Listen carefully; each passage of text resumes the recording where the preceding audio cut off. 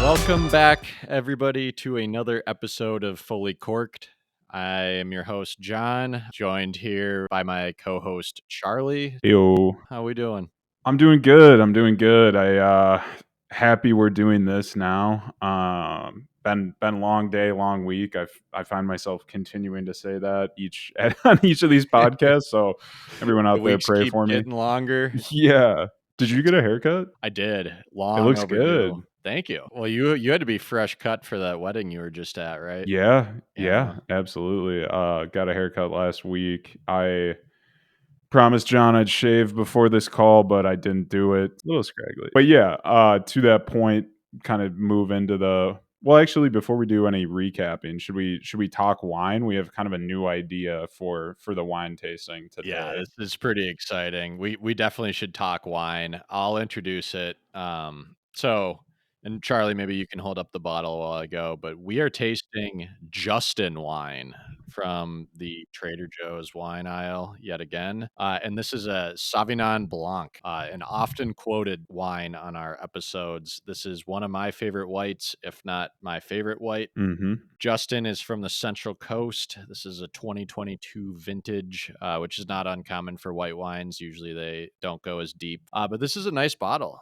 Back when I was talking about dinner dates, maybe a podcast ago or two podcasts ago, I talk about, spending up for that $20 bottle. This is it.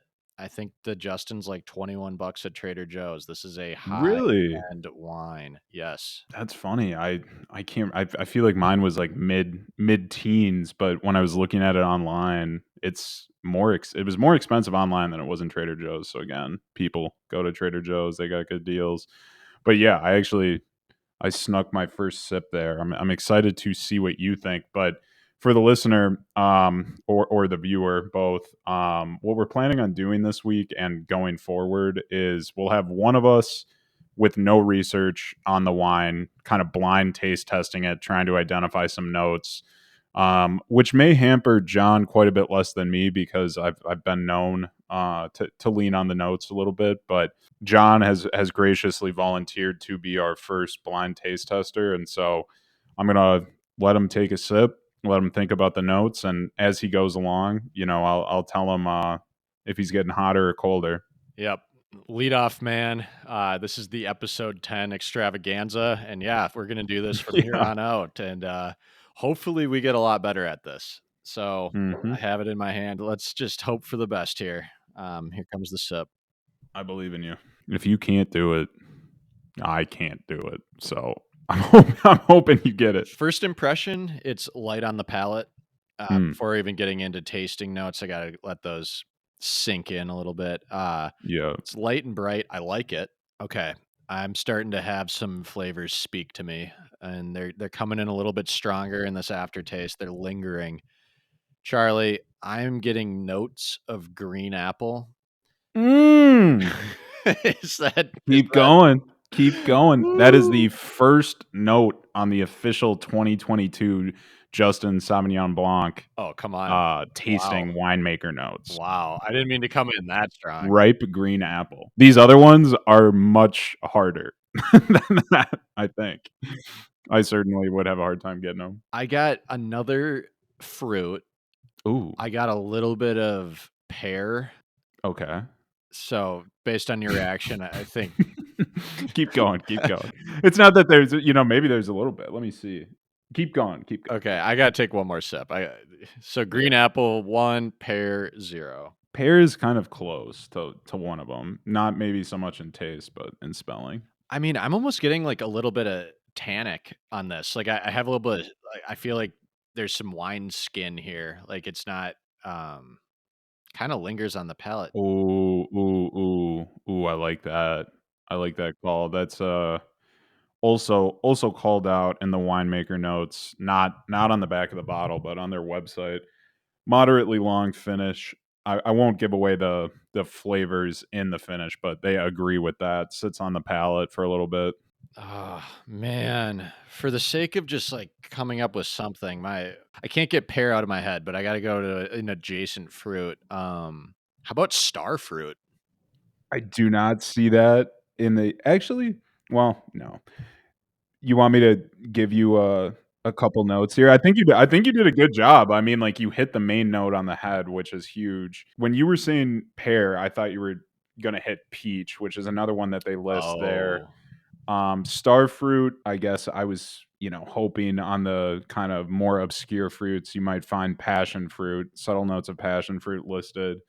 It's interesting the website actually lists something a little bit different than the back of the bottle, but what I'm seeing on the website, lemon zest, peach, white flowers, and limestone. wow. And so, you know, green apple was the first one there, and I was like, ooh, like the rest of these are going to be pretty tough. Have you ever tasted limestone, Charlie? I think when we did some archaeological, like, when you're in middle school and they bring you out to some place and you do, search for bones or like fossils, maybe I licked some limestone then, but Yeah, like, uh how do you even that's a refined palate right there. Like, yeah. that Hey, I've been doing this a long time. just licking rocks. Yeah, that's how you build the palate. So they also list medium-bodied, lively lime, Granny Smith apple on entry, ripe peach, tart pineapple, lemon balm on the mid palate. Are you getting any of these notes, Charlie? So I guess it's, like, easy to say that once I read all of that. I would say no. If I let me take another sip and, like, verify, but if I got that same prompt or just blind taste test, I think where I probably would have gone, it it tastes acidic, more acidic than most to me, or like that's coming through rather. I guess that's not a tasting note.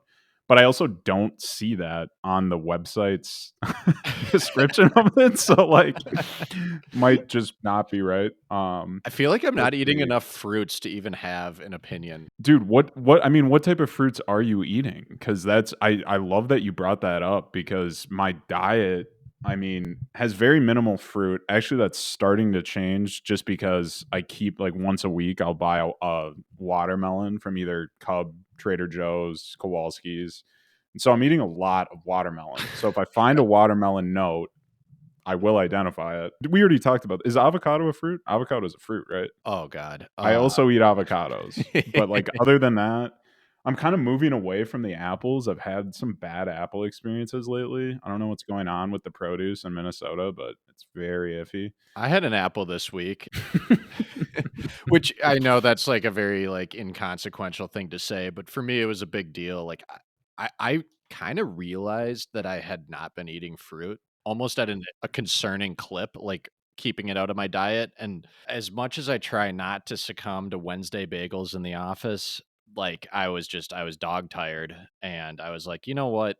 Let me just sewer my morning and have, like, a bagel and a half, like, really load up that cream cheese, Wow. just treat myself." When are these coming out? Like, when are those served? Like, that's a breakfast thing in the office? Like Okay. 8:45 AM. And this was post-workout, but I had been bouldering on Tuesday, and so I was Oh, sore. really? Like, Yeah. climbing? It was a team building Nice. exercise with people in my office. That's dope. How'd you like it? I love it. That was my, like, 3rd or 4th time bouldering. It was the gym I was in was significantly more challenging than other bouldering gyms I'd been to, so, it was kind of a humbling experience. Like, I feel like Oh, yeah. if people suggest bouldering as an activity, like, clearly whoever suggested it's gonna be pretty good. For sure. And I found myself, like, constantly trying to keep up with my coworkers, which is kind of like a humbling experience in itself. But then on a level this was a level 2, so it starts at level 0, but it goes up to, like, level 12. So I was on Yeah. level 2, and back in Minnesota and other gyms I've been doing, like I got up to, like, a V5. So Mhm. I'm not, like I'm That's no probably scrub. better than I have ever done, for what Um, it's worth. That's pretty Dude, good. I'm sweating on this V2 and I've, like, contorted my body. It's one of those, bouldering problems where there's no grip. You know what I'm Oh, talking so about? it's Where you just slab, so you're yeah, leaning on the you're wall? just leaning and you're pushing your body weight and, like, readjusting, and I basically got myself, like, contorted in such a way where I completely, like, strained, tore, injured my rotator cuff. I have, like, an Oh oblique injury. god. Like, I basically, like, didn't even feel it during this climb, and, the worst part is I am, like, all but 3 inches off the ground at this point. Mhm. But, like, I come down and I'm just like, "Oh." "Oh shit, like I think I'm hurt." But I'm just like bouldering with my coworkers and I'm like, "This is like extremely humiliating." Like I didn't even fall or anything. It was just like one of those like put my body in such a position where came out injured. It is a high risk sport, honestly. I mean, like, I prefer top rope. Me and my cousins used to climb quite a bit, and but good friend of mine broke his hand, like a bone in the middle of his hand, not even from a fall, but just pressure against the wall. Bone Wow. broke. Similarly, like really hurt his ankle just falling off the top of a wall. So same dude. And he's also maybe the person who's running the marathon with me, so still working on that that ankle injury.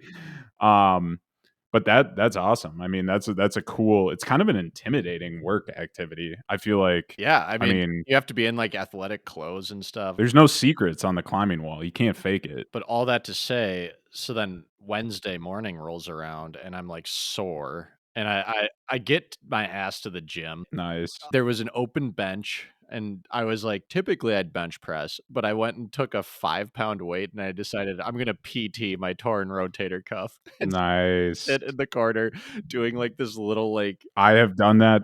That was a part of when I hurt my shoulder. I was doing that for such a long time. You feel like a doofus doing it because it's a weird motion, but yeah, for those that are not watching video, it's literally like you rest your elbow on your knee and then you just take the lightest weight you can and you go from 90 degrees all the way up till you're, I guess, parallel with your knee, and then you put your arm back down where you're perpendicular with your knee. Like it's like the most rudimentary lift of all time. yeah, hopefully that isn't like a true tear for you because the PT on my end, when I was having rotator cuff and like labrum issues, took me more than 6 months. It was a huge pain in the ass. I had Okay. completely got off track as to why I was even explaining this injury in Yeah. bouldering Yeah. altogether.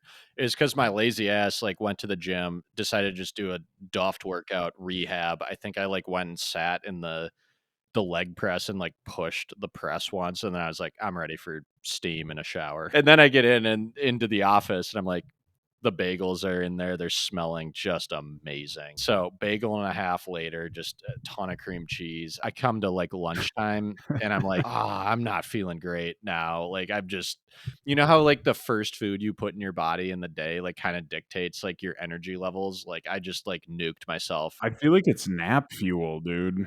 Like to go that heavy on a bagel. I remember, like, my body got mad at me, like, I could feel my body, like, craving sustenance, and I literally, like, without even thinking about it, like, was, like, almost teleporting over to this apple, and I, like, it's an out of body experience, and I see myself picking up this apple, like, going in and, like, feeding myself sustenance, and that was the wake-up call for me where I'm like, "Wow, I should probably be, like, prioritizing fruits in my daily diet." And if you're, having an out of body experience in the office, maybe the other takeaway would be no more LSD tabs before going in.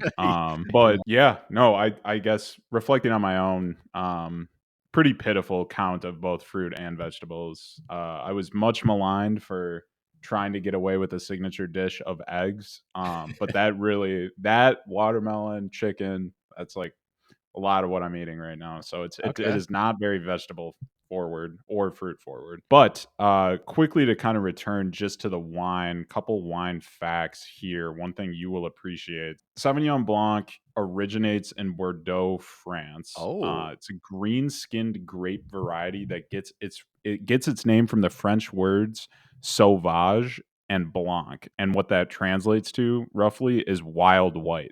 So your favorite white is a wild white. And I Yeah, think, that's cool. it fits the bill. I think, Sauvignon Blanc, I would imagine is most people's favorite white. And because I believe it to be versatile and, doing a little research, kind of confirms that. I mean, the flavor profiles can range pretty widely, aggressively grassy to sweetly tropical, as described by Oh. Wikipedia.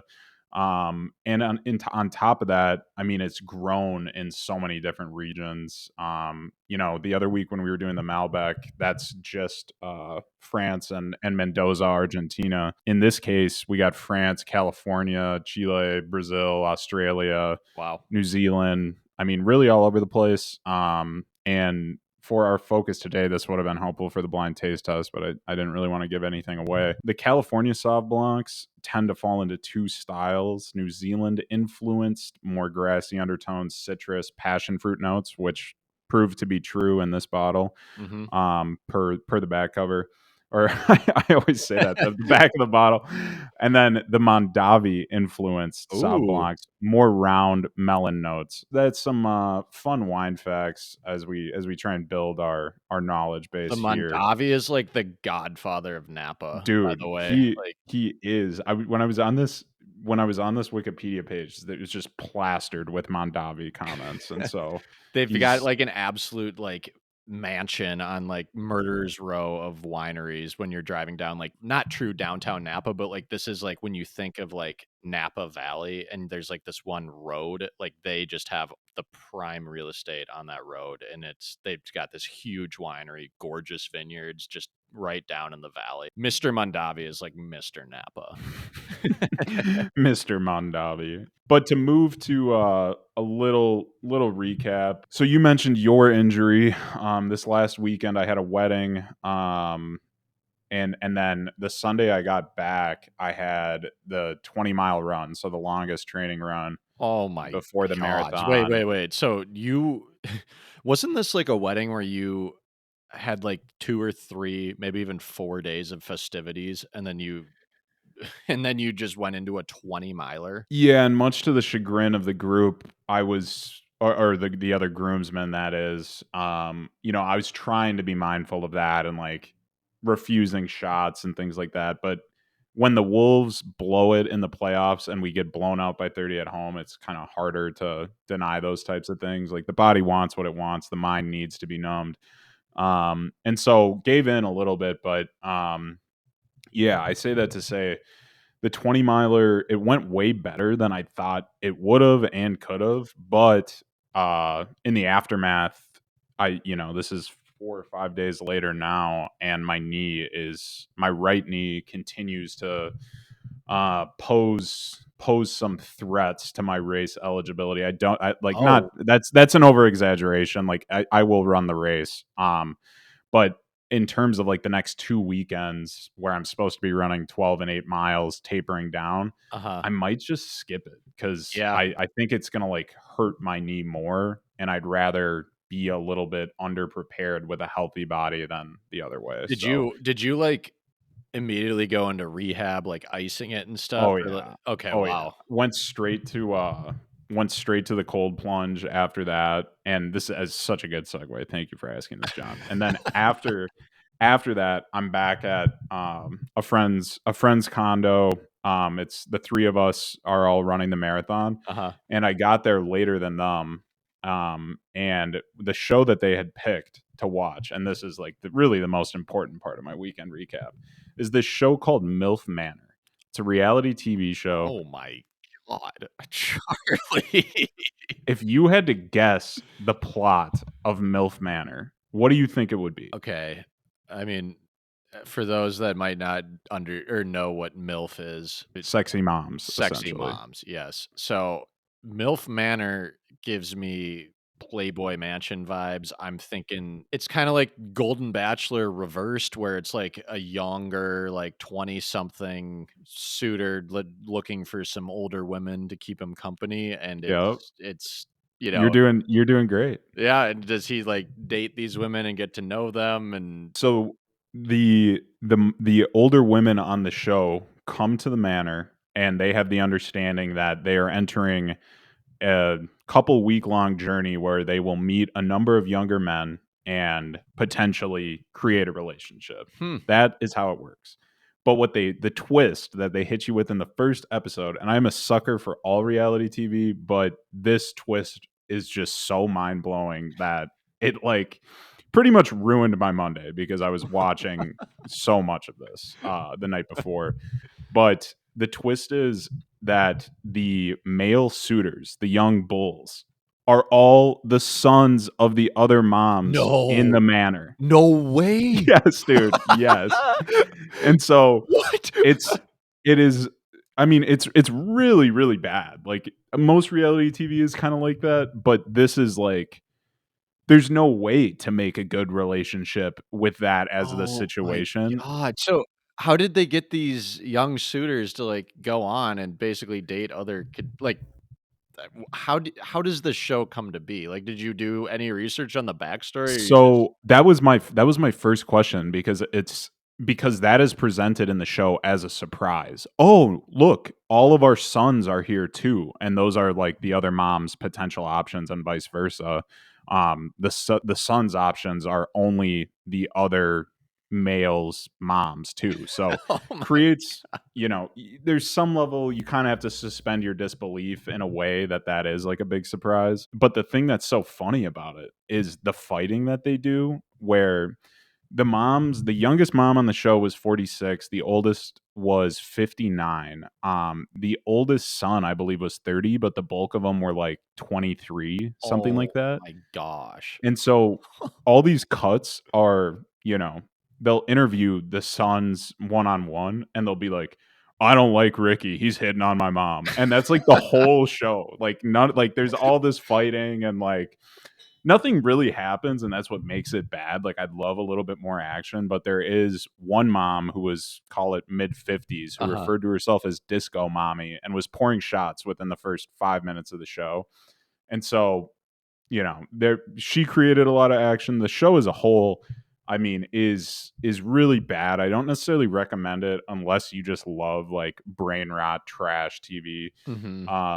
But it totally got me because it had been a minute since I had indulged that. The other week we were talking about indulgence versus self care. This leans towards Yeah. indulgence, but it had been a minute since I had indulged that side of my viewership. So, So did that anybody was find love? Like, were there any, like, kisses or, like, oh yeah, embraces? yeah. Oh, okay. So, like, Yeah. they were getting busy. Yeah, and I mean, as with any dating reality TV show, it was just like good drama of like one mom kissed this son and then she went on a date with a different son and it was funny because the moms almost came off as less mature than the sons, kind of the way that they were playing the sons against each other. And so there was some action. I believe two couples left the show of 8 total families. Two couples left with intention to potentially date after the show. Oh my. But you look at it in the final episode and you're like, no way. Absolutely no way. It makes no sense. But maybe that's just I don't know. Maybe it's because that's not necessarily what I'm looking for that I say that could not work. But Imagine you're Ricky and, you just got done with the week at your stepdad's, and you come back over, and Chet from season 1 of MILF Manors over there with your Yeah. mom. Dude, the other thing that was really, really funny, a great inclusion in the show, was later on, once they've paired up, they have to like declare who their champion is, who they're like Hmm. soloing in on their focus. Then they bring in family members of the moms, which would like oftentimes included their like daughter to vet the guy. And it Oh was, my I mean, it's god. just hilarious because the tact that some of these daughters would used is they would take the son away and say, "Would you go on a date with me?" to kind of get a gauge of like, are they actually into the mom? Are they into dating older? And so a lot of really like classless but funny stuff on that show. Wow. So if you got some time to kill, if any listeners got time to kill, I mean it's so dumb it will hurt your brain, but if that's what you're looking for, I recommend. That gets me thinking, like, I've honestly, through the years, like, leaned into some reality TV. Like, there's some good shows out there. Mhm. Um, Mhm. I mean, off the top of my head, I can think of a few, but, like, back in its heyday, Vanderpump Rules. Oh yeah. I think it has not left its heyday. Yeah, I mean, that's just, like, the goated reality TV show. It's unbelievable. Well, It branched off of Housewives, like Housewives of Beverly Hills, I think, and one of the housewives owns all these restaurants, and one of her employees, like, slept with another housewife's husband or something, and then she kinda, like, was looking at the rest of her staff, and she's like, "These people are all just nuts," and she kinda just realized she was sitting on a gold mine and signed them up. Vanderpump exists in absolutely a top list for me. This is a good segue actually because I have pulled together some kind of all-time reality TV shows. We may revisit this in the future because there are so many with different categories. Like there's survivor, survival skill type reality TV shows, there's cooking reality TV shows, there's dating reality TV shows. But for the purposes of this, I pretty much just chose 6 that I love or I watched. And so what we'll now do is rank that's the 6. And these are my Mm. 6, John. You may have like a different kind of like top 6. And I guess I wouldn't say this is my top 6, but kind of, I think of like Fear Factor. That was the first reality TV show I ever watched, so I needed to give that a shout. I think mine was Survivor. I never watched Survivor. I heard it's epic, but I never watched it. I mean, I watched it back when I was, like, little, like, I was probably, like, 6 through, like, 9 years old, like, I was young, but I loved it, my parents watched it, and so it was like that one time when you were little and, like, anytime you got to stay up a little bit later, like, once it got dark out, you were all excited, Yeah. like, this was Yeah, oh my yeah. moment, and, like, my parents would be watching Survivor, and, like, I'd get that hour, and, like, that was back in the day when, like, I hadn't lived that much life, like, an hour just felt so long, Oh I yeah. reveled in those. When you're staying up 8 to 9, that's Oh, nice. yeah, That's nice, and yep, you hate yourself for it. You know you're gonna be wiped out the next morning, but you want it bad. yeah, You only got 9 hours of sleep. yeah, I was sacrificing it for the greater good, which was my viewing pleasure. So, the way I'm not sure the best way to go about this. I think I'll probably just introduce the 6 I've chosen for us to rank, Yeah, and then maybe we go one by one. So, it does include what you mentioned. So, Vanderpump Rules is on the list, Jersey Shore, Top Chef, Fear Factor, Ink Master, Shark Tank. Those are the 6 I provided. There are many more, but those are the ones we'll rank today. And, for some of these, for the listener, part of the reason I picked some of these is also John and I have watched some of them mhm, together, yeah, which would include Vanderpump and Top Chef. John and his girlfriend, when I went out to San Francisco, maybe for the first time, put me onto Vanderpump Rules, and ever since. I mean, I watched a couple episodes in season 2. Truth be told, I haven't seen all of it, but it's just unbelievably good. I think that lands near the top for me, but maybe we go one by one here. First, I have Jersey Shore, and I can start. I think Jersey Shore to me has to be in the top 3. I mean, ultra iconic. All the characters still exist today, and for the most part, have done relatively well. yeah, With the exception of Ronnie, who I haven't done any really real research on any of them, but you don't see him around in like social media. And I feel like I heard maybe like a month ago, like he's still doing the same thing, which is just getting hammered at bars in New Jersey oh, and, no. Oh, no, causing he's probably, like, problems. 45 at this point. Oh yeah, yeah, yeah. Oh, He's no. too old to be doing that. But so many iconic things from that show. Jim Tan Laundry. I mean, all of the Snooki experience, like Mike, the situation. All the hairstyles were awesome. I mean, What a nickname, Mike the Situation. yeah.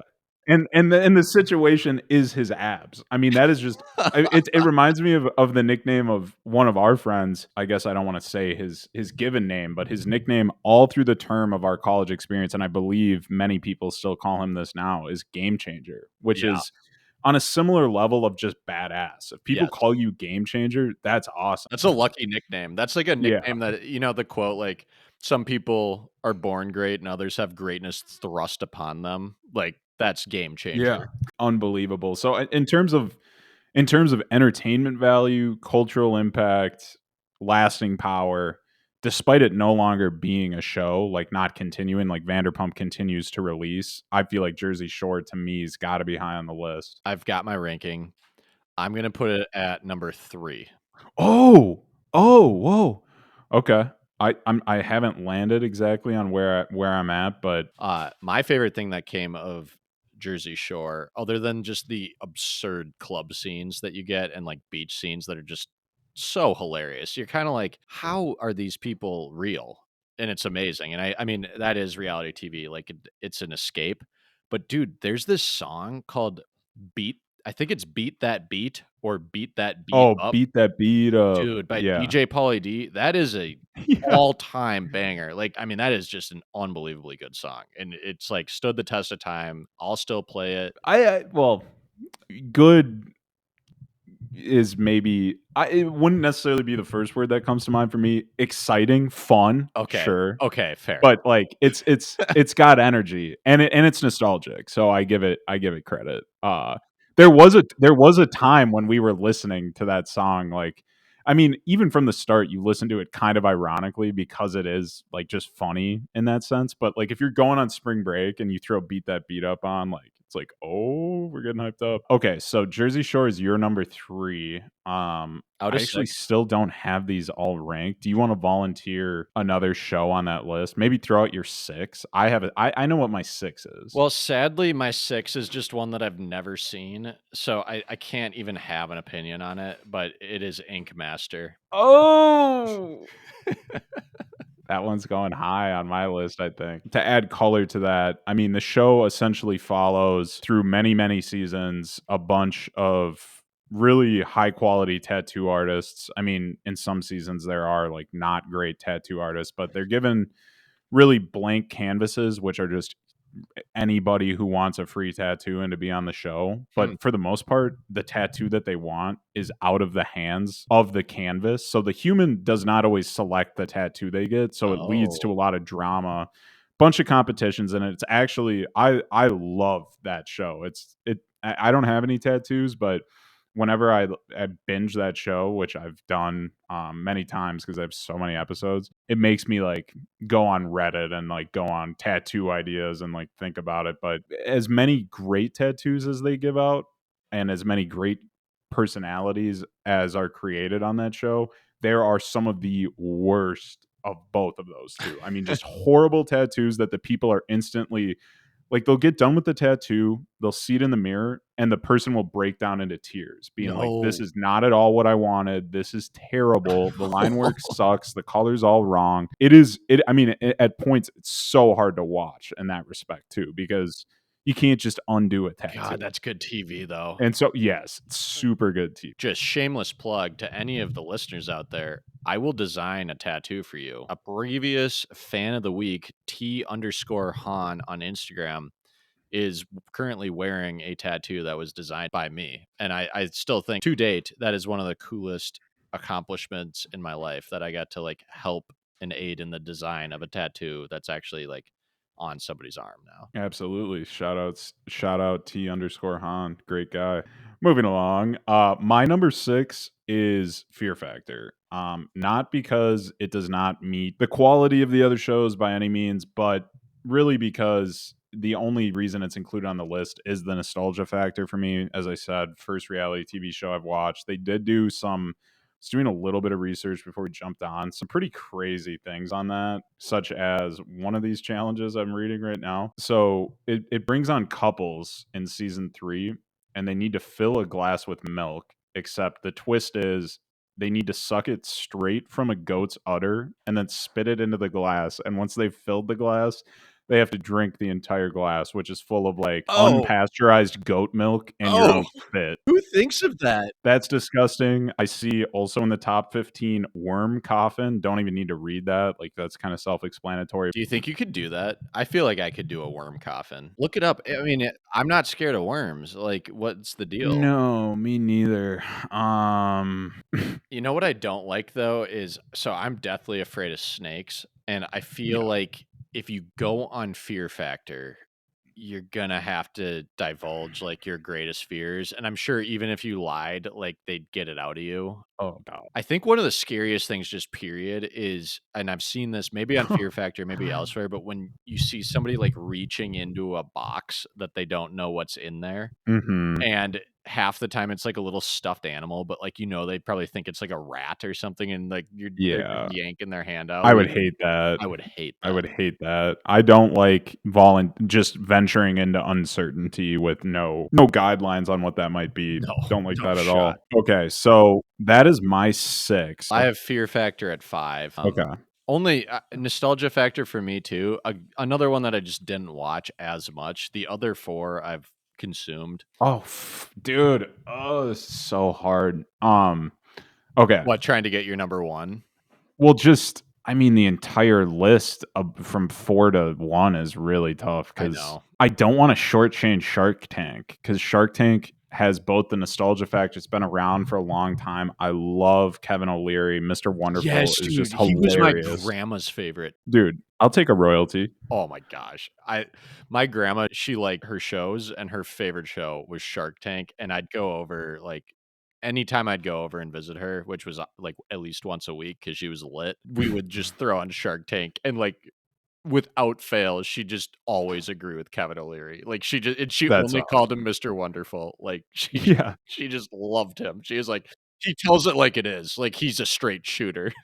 I love too that O'Leary or Mr. Wonderful always every other shark will back out. And that's when O'Leary smells a little blood in the water and throws them out a garbage deal. He's asking for twice the equity they're willing to give. And on top of that, he'll take a 50-cent royalty on every sale until he recoups his investment. And once he does that, that equity you've given him will remain. And so I mean, Mr. Wonderful, the thing that is so hard about ranking this show is I actually watched it. I was at my parents' place maybe 2 weeks ago, and I was watching it with my dad, and it's still so watchable. It's still so good, and it's quick. Like you're just evaluating business ideas with the sharks, and so it's always fun. It's like a show that's really easy to talk about. These sharks, although they're wealthy, like, they're giving, like, large amounts of money. And okay, one other thing, when we were watching, Kevin Hart was a guest shark, which was awesome. He owns his own production company now, so he Oh, wow. the interesting thing too on a business side is just thinking about similar to the armchair quarterback, you know, if you're the person who's bringing that product, which shark's portfolio do you fit best in? Because, Lori's got all that retail connection and it's always fun to watch. Barbara's So I got mean the it's real estate. Yeah. it's super hard for me to call, but all right, what's your number 5? Or your no I'm sorry, your So, number I 4. from bottom to top so far, I have Ink Master at 6, I have Fear Factor at 5. I'm gonna put Shark Tank at 4. I love that show, but, Wow. like, I don't quite think about it as much as, like, a reality show, if you will. Like, Yep. I think that's fair. so I just can't put it as high as these other 3, which I love. Like, my top 3 are amazing, and I guess for as a refresher, my number 2 is Jersey Shore. I hesitate to do this because I think the rewatchability of Jersey Shore is not tremendous, and so it receives my 1 spot from, like, a sense of nostalgia, mostly. I mean, it was the most impressive I thought a reality TV show was for all the wrong reasons. I mean, it's so stupid, and so fun to watch. Jersey Shore maybe saw the highest highs, and I think Vanderpump, in terms of highest highs, is right there too. Vanderpump, I remember saying to you and Lindy after you showed me the end of season 2, which is that, and I think season 15 I watched all of. You could not put writers in a room and have them create a script that is more stupid and distrustful and dishonest than Yep. what these people do on the show. So it's in that sense, it is also like truly amazing television. Yeah, so Vanderpump is my number 1, and I think it's just, like, it is, to me, like, a quintessential reality TV show. For those that haven't seen or heard of Vanderpump Rules, basically, it just follows a restaurant where most of the employees are, like, friends or connected through dating, relationships, etcetera, and, like, they constantly, like, cheat on each other with each other. Like, there's so much distrust and there's so much fighting. There's, like, especially in the early seasons, like, coworkers are punching other coworkers out. Like, coworkers are dumping drinks on others' heads. Like, there's screaming matches, like, during working hours. Like, and I mean, they're all just, like, so drunk at all times. Like, they're just huffing down cigs. And yet I think the counterpoint to all of this, and what you would be thinking if you've never seen the show, is why do I care? If everybody sucks, why do I care? It's because some of these characters divulge a softer or reveal to you a softer underbelly, their ambitions, their dreams, what makes you root for them. And it's the same is true of like all great reality TV. You create a soft spot for an obviously flawed person or character, and then you root for them. Yep. And so really like the commonality of everything I like in reality TV is, there's maybe a better way of saying this, but I watch a show and then I select my champion, the person I will be rooting for the entire time. Yep. And to see their highs and lows and ride it out with them is awesome. And so that's something that Vanderpump has in spades. Where does it rank for you? For me, Vanderpump is 3. I honestly, I don't love my list. I had to put Shark Tank at 2 just because of the stick factor. Like I could watch Shark Tank. I mean, I literally did watch it 2 weeks ago and I loved it. I watched it 8 years ago and I loved it. I've always loved it. It's just stayed around. The concept is great. It's kind of, it feels less piece of shit-y when you watch it too, because it's, you know, you're looking at business and like, you know, M&A type stuff. And so you don't feel as dumb when you watch it. So that's good. Yeah, I hadn't even really thought about it as reality TV, but I mean, it totally is. Okay, so I think this just leaves Top Chef, which I have as number 3, specifically for season 12. Totally agree. I'm just going to go out on a limb. I haven't seen every season of Top Chef, but like, I think you'd be hard pressed to find a better season than season 12. It had everything. It had elite chefs. It had like intense drama. It had hurt feelings. It had rivalry. Like, and it just had dish after dish of just pure perfection. Like this. And it had characters. Top Chef, you think like, okay, cooking ladder show, like elimination rounds, whatever. Like this show like meant something to each one of these contestants. I remember like we had chef for sure. Sheldon Simeon.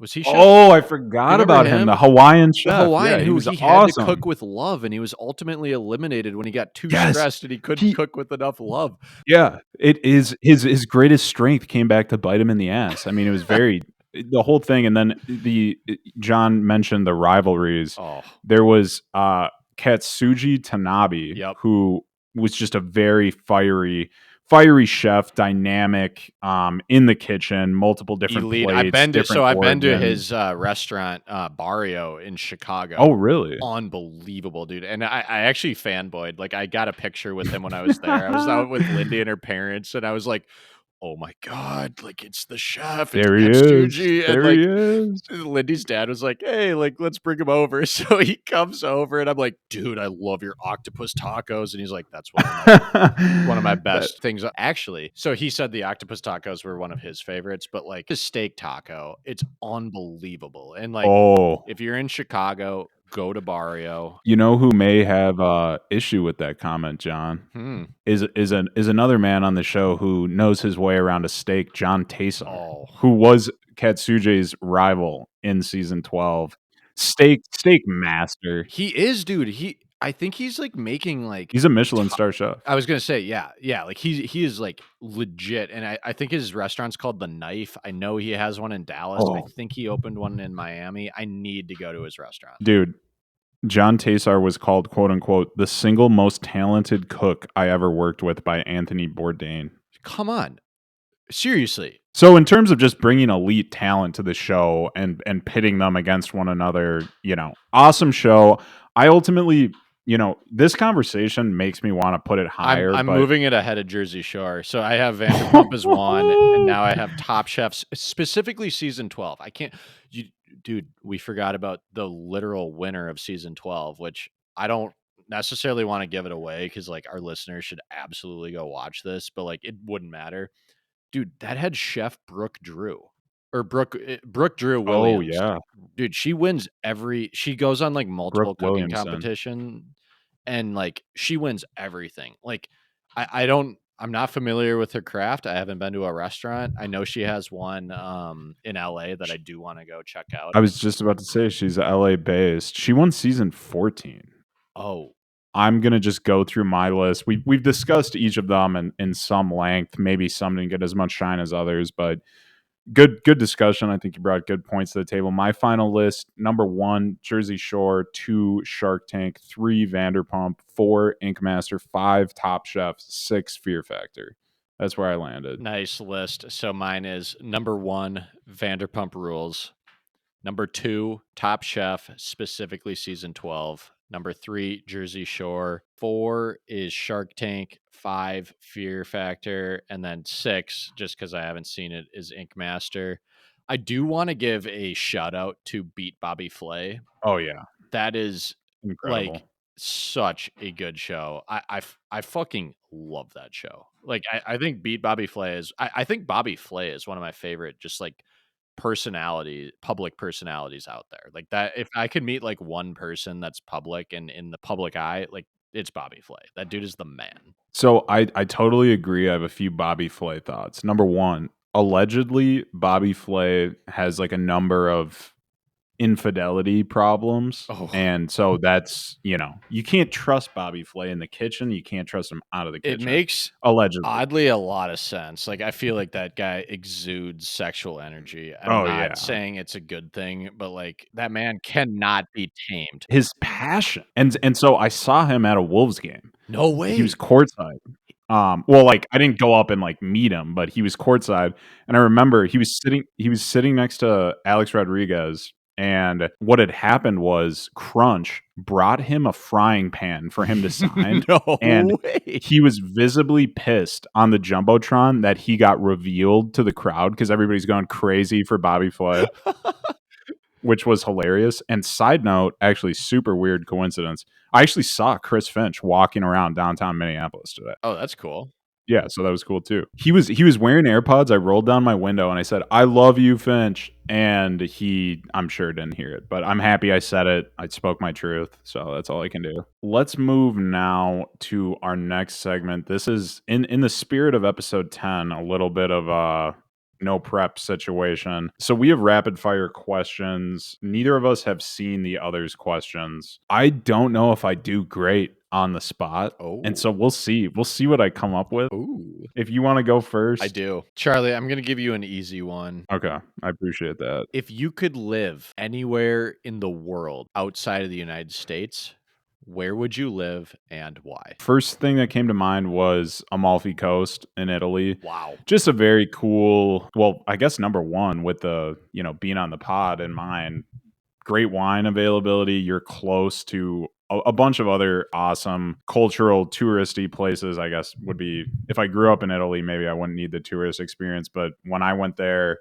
in college, it was on a trip where we were coming from Rome. We also stopped in Florence. Or I guess Florence was first and then Mhm. Rome. I mean, Italy is awesome. I loved my time in Italy, and specifically Amalfi Coast was very much more vacation R&R vibes. I mean, we were out on a boat, we were on the beach, bunch of fun stuff there, and just a very, very cool place that I enjoyed quite a bit. And I think certainly a piece of that has to go to the company that I was there with, but I think if I was living another life and it was based out of the Amalfi Coast, I think I'd be doing all right. Dude, I love that take. I mean, I think that's my favorite place on planet Earth. I've been lucky in my life to have been there maybe like 4 times. Oh my, really? Yeah. And Wow. you might not know this. So my mom and dad, like Doug and Susie, they got married in Ravello, which is on the Oh, Amalfi Coast. So really? yeah, I yeah, had no yeah. idea. So shout out Doug and Susie. You guys Yeah, rock. shout out. But yeah, and then like Lindy and I love it too. We have this one specific hotel, which I'm gatekeeping. I will not tell you the hotel. Nice. What you should do if you really want to gatekeep it is go online and make hundreds of emails and give it bad reviews on everything, because then nobody will book it, and when you book it, you will be the only one there. Also, shout out your dad Doug's, his meat smoker.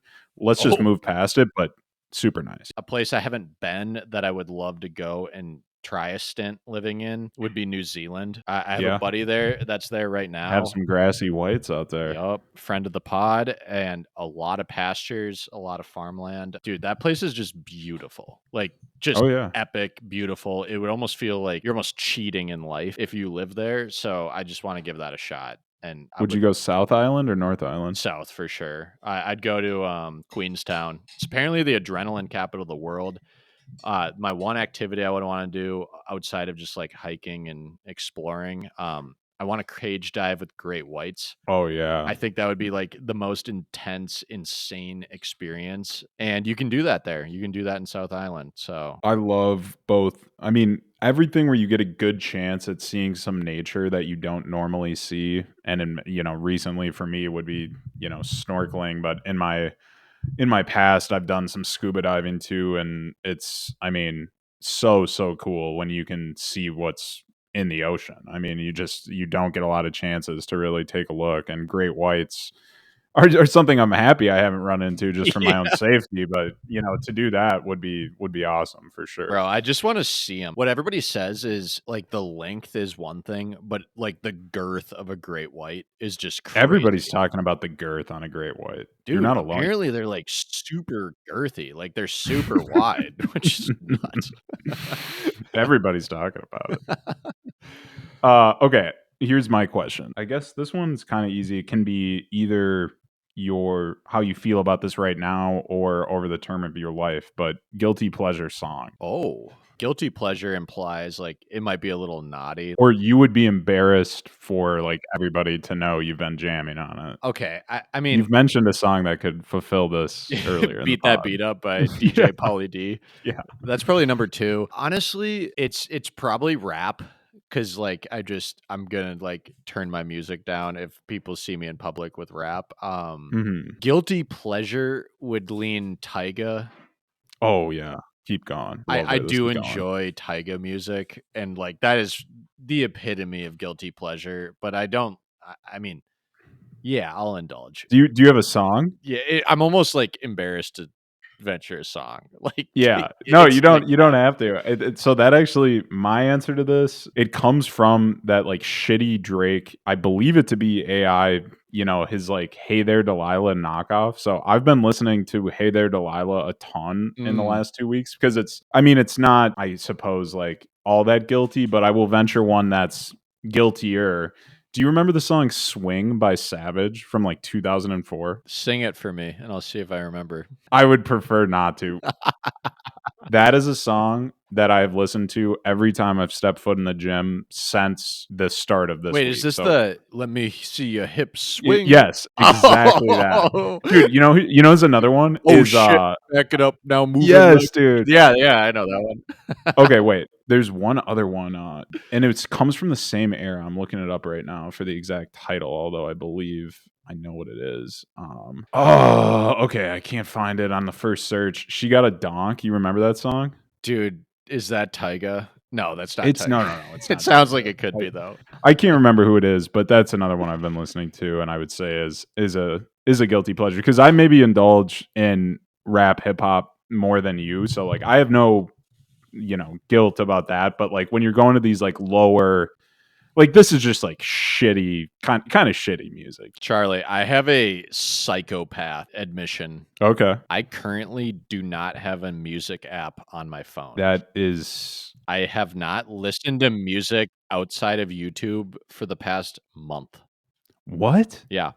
What do you do? So are you just listening to podcasts, or what are you doing? Not listening to anything? You just prefer the noise of San Francisco buzzing through your ears? Honestly, I don't even know. I deleted and for the listeners too, another psycho move, I use Title, Title, not title. Spotify, which is already, like, weird. Yeah. Although audiophiles love it. Higher musical quality on title, Yeah, but that ain't supposedly. me, like, I'm not that guy.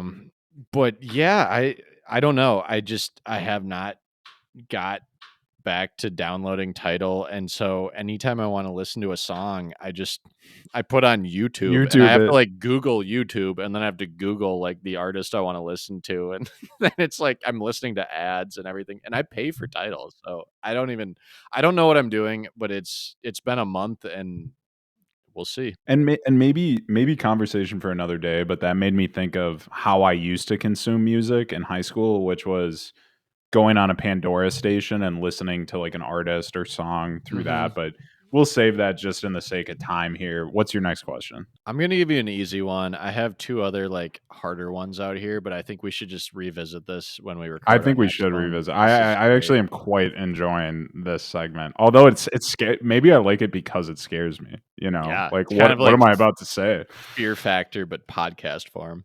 So what is your favorite sport to play?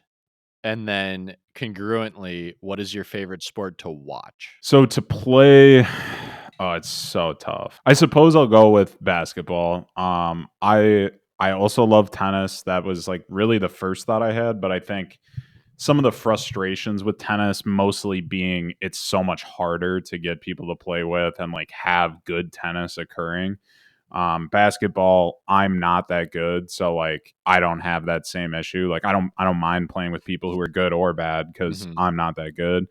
And it was also like my first love as a sport, and in terms of watching, it's also basketball, specifically the NBA. I love NBA basketball, and I love playing it too. So that's my answer for sure. Interesting. So you went basketball to play and basketball to watch. Yep, I yep. mean, I guess that Love makes sense, basketball. like, align incentives. Yeah, I would say maybe when I was really in my tennis heyday, the answer would be tennis. But what's stuck with me longer is basketball. So for me, I'm gonna say hockey was my favorite sport to play, and nowadays, my favorite sport is tennis, Yeah, just same. because it's, like, the one that stuck with me, like, I'm the best at tennis, etcetera, but I used to get so competitive in hockey. I mean, in that sense, my entire basketball career has been, in terms of like competitive play, has been pretty miserable. Like I've always been a loser in basketball. And Sorry. so tennis, no, I come to terms with that. I have my piece there. But tennis, on the other hand, had much more success, which made it fun, made it more competitive. Like you're more bought in. But You're good too. You can just smash your forehands. Like, you just crack forehands everywhere, which is nice. thank Charlie you, has a dude. nice heavy top spin, but at the same time, he can flatten it out and just Playful Western. That's how I playful do it. Western. Yeah, Yeah. which not Uh, everybody can. Western means you can't hit it flat, really, right?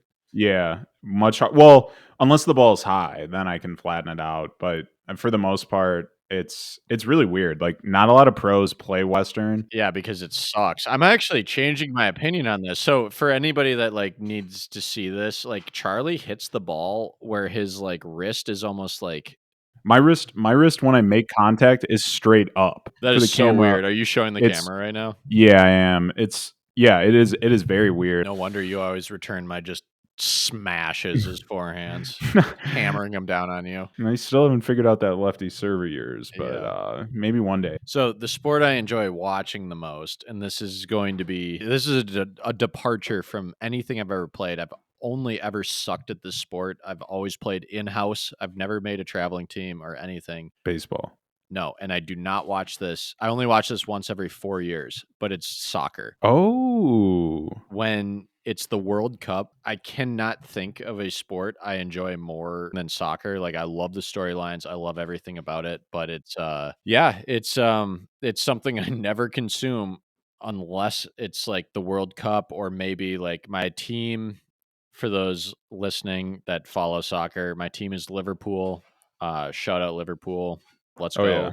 Are you a Yeah, that's Liverpool guy? I'm a Liverpool Oh, guy. come on. Yeah, that's amazing. So you and I are aligned there, so I'll cheer on my boys at Liverpool, but otherwise, like, once every 4 years, um, I'll watch the World Cup, and I'll just completely buy into the storylines. I love it. I can't get enough of it. I'll watch every obscure match, every obscure time, like, I'll fully buy in. No disagreement from me. When's the next one coming up? That's like a horrible question from somebody 2026, who just because it's the okay. United States. We're hosting, and so Oh, actually, it's the US, Canada, and Mexico are all hosting. So on my bucket list, I really wanna go see a match in Mexico City.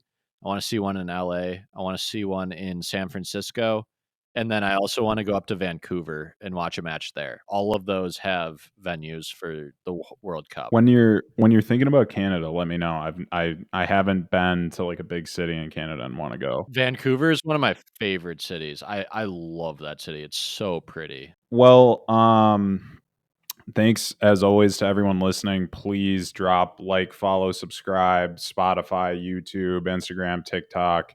We're everywhere. And if you do follow us on Instagram, also Vivino, check us out there. But if you do follow us on Instagram, certainly, drop us feedback if that's in the form of comments, DMs. A lot of the content that we discuss is fan provided. So we always appreciate that. We're happy to talk about what interests you. So definitely stay engaged, stay involved. We love to see it. And a shout out to the Justin 2022 Sauvignon Blanc, again sourced from Trader Joe's. I thought it was really good, actually. I enjoyed it. It's expensive, right? It's like $20 from Trader Joe's. That's like one of their top end wines. It's super solid. I mean, we've had some good highs and lows in these last few weeks, and I think that Zinfandel, like, really excellent. This is like right there too. I mean, this is one of the better wines in my mind. I am white wine inclined, but this was super strong. I'll end it with this. We love you guys. Thank you for the support. We love you guys. We love interaction. Keep it coming. You're the best. Thanks, everybody. Yep. Peace.